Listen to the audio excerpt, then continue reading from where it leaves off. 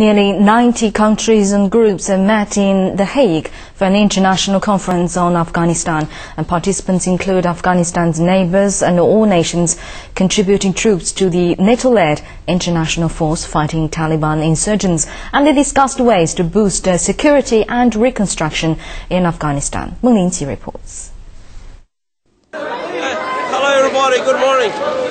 Tuesday's meeting sought to inject more vigor into efforts for Afghan reconstruction, economic development and peacekeeping.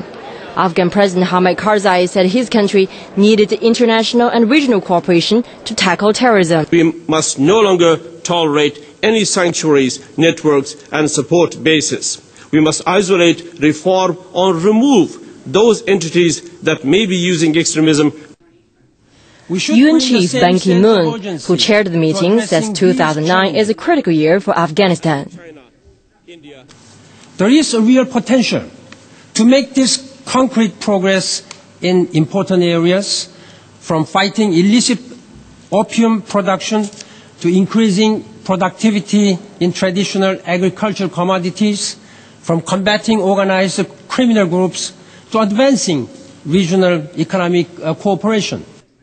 The UN chief also welcomed U.S. President Barack Obama's new strategy in Afghanistan, saying the policy deserves widespread support.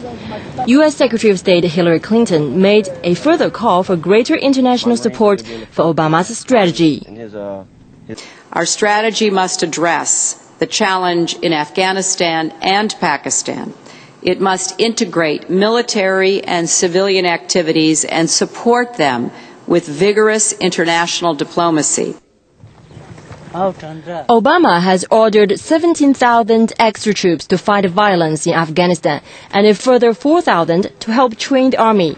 But not everyone is in agreement. Iran insists Afghans held the key to the future of their own nation, not the international military force fighting the Taliban. It seems that an increase in the number of foreign forces will prove ineffective too. The military expenses need to be redirected to the training of the Afghan police and army.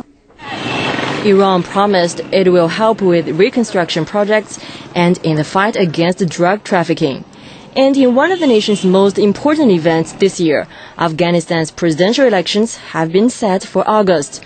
Officials at the meeting called for a fair, credible and transparent election. Meng Lingqi, CCTV.